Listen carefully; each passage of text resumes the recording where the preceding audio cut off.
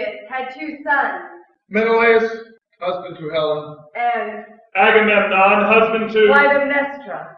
And by Clytemnestra, Agamemnon had a child. And I am she, Iphigenia. Stung into fury by my beloved Helen's loss, I have claimed the help of all Greece to help avenge this painful insult. All had sprung quickly to arms. Now we wait the narrows of Aulis, with ships and chariots and horses and shields, and men and swords, for favorable winds which do not come. And since I am Menelaus' brother, for his sake I have been chosen as commander over all. First the mighty Argive army was becalmed. Then storm after storm crashed against the shore, sinking ships and killing soldiers. Still they await favorable winds to speed the 1,000-ship fleet to Troy.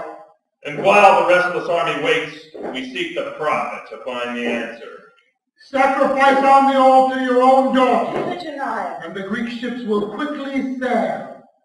So says the flames of the gods. And while the Argive army waits, my father prepares for me a wedding to Achilles, the greatest warrior of them all. And so to Aulis and my new husband I will gladly go. My child, my beautiful Iphigenia, your mother carries your hopes beside you. Stay close to me, my child. We will show the world how happy and how blessed I am in you. We go to your beloved father. Not in fact, but in name only is there a marriage with Achilles. He knows nothing of our plan to lure my daughter with this lie. My fate is angry if I ignore them, these gods who seek my daughter's blood, but angry if I should slaughter my child, that maiden so beloved. I now begin to envy those who pass their lives obscure, unknown. Agamemnon, have you forgotten when you were eager to lead us all to Troy? You wanted to appear unambitious, but in your heart yearning to command. Now you fear you will never captain your 1,000 ships and fill with spears the fields of Priam's Troy. Calchas has spoken. You sent willingly the summons to your wife, under no compulsion. You cannot deny that, and you promised to slay the child. Now you waver. Many men have risen to power, only to fail when the dice were thrown. I groan for Greece in her affliction, for she was ready to act with honor. But because of you and how you suffer, she must let the basest of the barbarians elude her grasp and make us all a mockery. Oh God, how can I find the words to speak in the face of this my disaster? What words can I utter to my wife, and with what countenance can I greet her? In coming here, she only obeys nature, following her daughter to do love services and give the bride away. She will find me out the author of this evil and the unhappy maiden. No, Hades will soon have her for a wife. I am here to lead this beautiful girl into a noble and happy marriage. Now, take down the dowry from the wagon, all the bridal gifts which I have brought, and carry them inside. Carefully. And you, my daughter, step down your pretty feet which lead you to your happy fate, and all you maidens give full support to this both young and happy bride.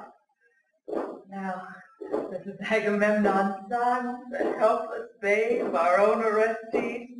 Wake up and be happy. This is your sister's wedding day. But here he comes, your beloved father. Oh, mother, do not be angry if I run ahead and throw myself into his arms. Mightiest and most honored Lord Agamemnon, obedient to your command, we are here. Father, what a desperate time since I saw you last. And now I am happy. It is a good and wonderful thing you have done bringing me here. And I am happy seeing you. Your eyes do not seem so, my father. Well, you see the cares of a general and a king. Forget them now. Be here with me and mine only for this time. I am here with you utterly, nowhere else but in this place. Then unknit your brows, smooth your face for love. There, you see the joy as I look at you? And yet tears seem to hide behind. Well, there's a long parting soon to come for both of us. Where do these Trojans live, my father? In the faraway country where Paris dwells. Would to heaven he had never lived at all. You're going on a long voyage then, leaving me. But you also go away and leave your father. Shall I go on my voyage with my mother or alone? Alone, cut off from both mother and father. You make a new home for me then. Where will it be? Now stop. It is not right for a girl to ask so much. Father, when you are finished over there and all things are well, hurry back to me from shore. I will. But first, right here in Aulis, I must offer sacrifice. Yes, we both must pay homage to heaven. You shall see this one, for you are to stand by the basin of holy water. Give me a kiss.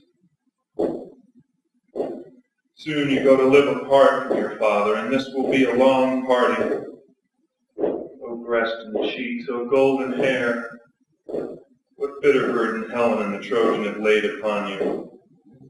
As I touch you now, the tears start their escape. Go and make ready, my child. Go now, go! Forgive me for this self-pity, my wife, that such partings prick the heart of a father. I am not unfeeling, nor do I reproach your grief. For I too shall sorrow as we lead her into marriage. But time and custom will soften sadness, and we will see her children happy. What day is set for the marriage? When the full moon comes to bring her good luck. When we hold the marriage feast. When I've sacrificed to the gods what it is they ask. Where shall I await the ceremony? You must return to Argos and protect our younger children. Leave our child here? Or who will live the marriage tour? Whenever it is fitting, I will raise it. Against all custom. It is proper for a mother to give away her daughter in marriage. And leave our others unprotected? Obey me. No. I go inside to do what's proper for the maid's marriage. Now I am confounded in all things. I desire to send Clytemnestra out of my sight, only to plot against my most beloved. It is a course the gods choose, but do not aid. And yet it is my fault. A wise man leaves his wife at home, virtuous and helpful, or never marries. Where is this commander of our armies? Someone tell him Achilles awaits his presence at the door to his pavilion. I am Clytemnestra, wife to Agamemnon. Be not amazed that you do not know me, for you have never been in my presence before. I see you will make a wonderful betrothal, with your right hand clasp mine, and let this be the beginning. What? I take your hand in mine?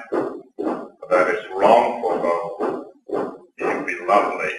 I wouldn't be ashamed before the king. It is fitting, since you are lovely, the perfect one to wed my daughter. What marriage do you speak of, my lady? I know not what you refer to now, unless some strange frenzy of mine leads you to conceive this story.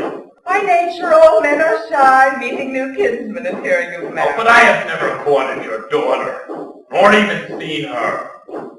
Nor from the sons of Atreus have ever heard of the supposed marriage. I do not understand. I'm amazed by your words. Perhaps it is only this. Someone is laughing at us both.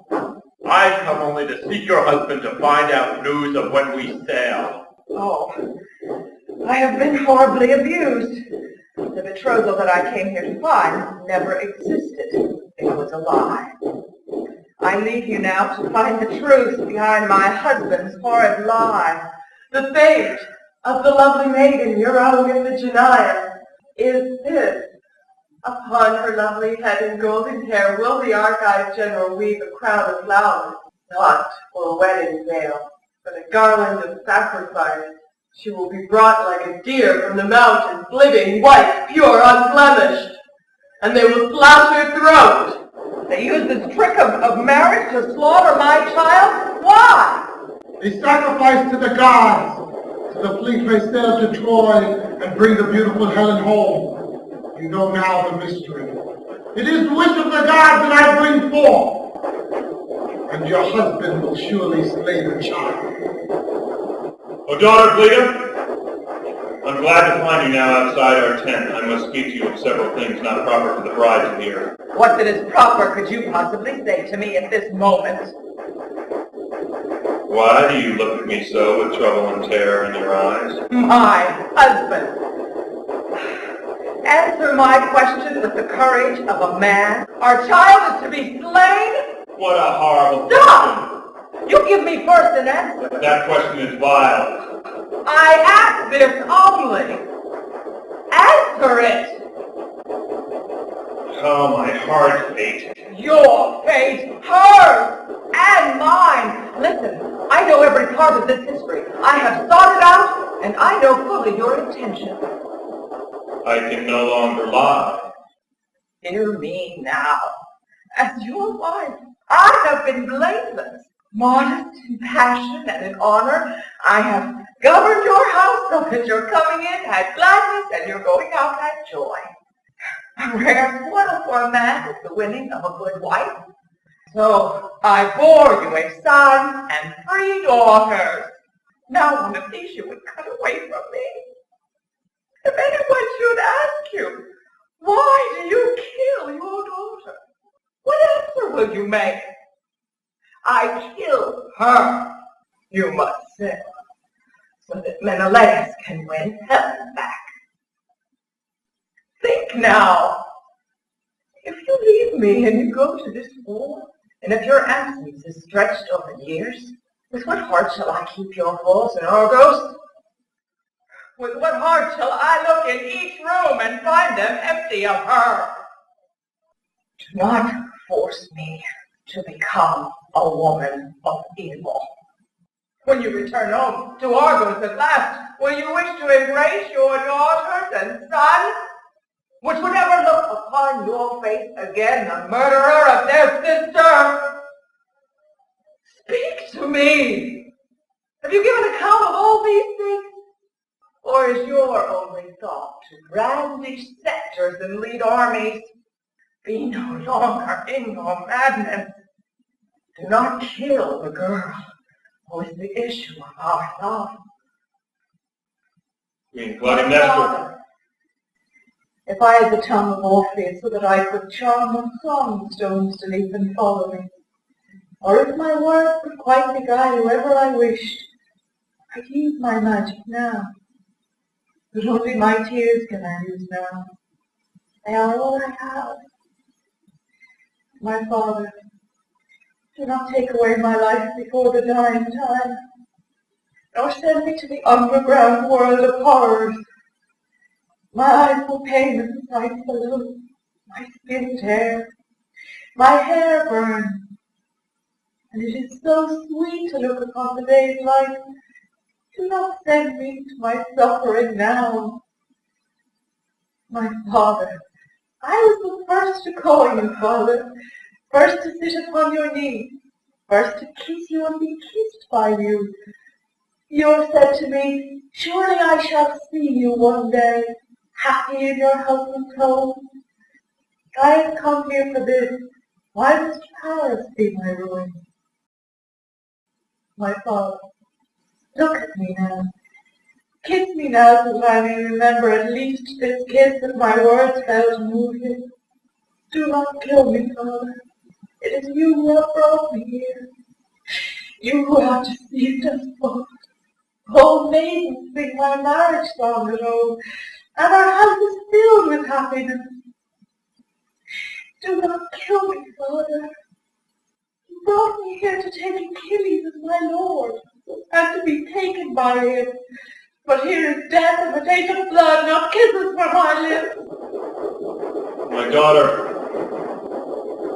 my wife, I know it calls to me for pity and compassion, for I love you both.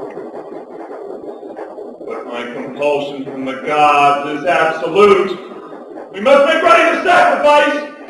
Oh, Mother, there are the men. I see them coming. Already I feel the knife's sharp edge. My skin begins to split. My neck bathes in the warmth of my blood. Already I go dizzy. I go faint. Already I see the horrors of darkness. King Agamemnon brought his daughter to the mustering grounds of the army. Then quickly the Argive soldiers assembled. Calchas the prophet prayed to the gods, and all were silent. Then he unsheathed the shining knife and laid it in the golden basket. Maiden's head was crowned with a glorious wreath. O God, receive this sacrifice which we make to you, unblemished blood from the neck of a fair girl, and grant us that now, unhindered, we may sail for Troy, and grant us this too, that we in our spears may spoil the battlements of Troy and slaughter those within. God! Oh, hey!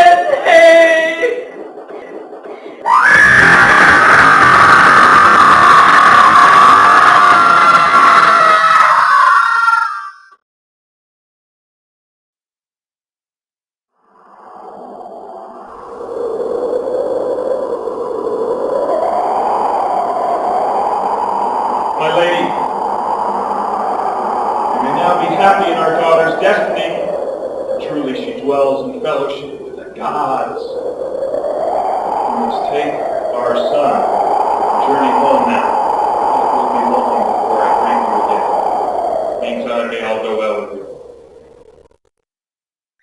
you. Even in our sleep, drop, drop, drop, upon the heart sorrow falls, and pains of memory.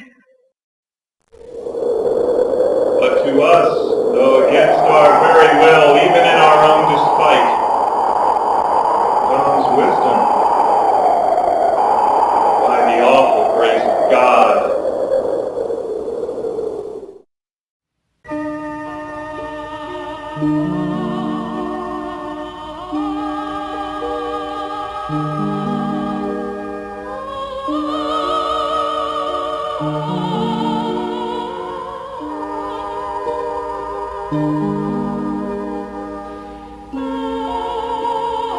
Oh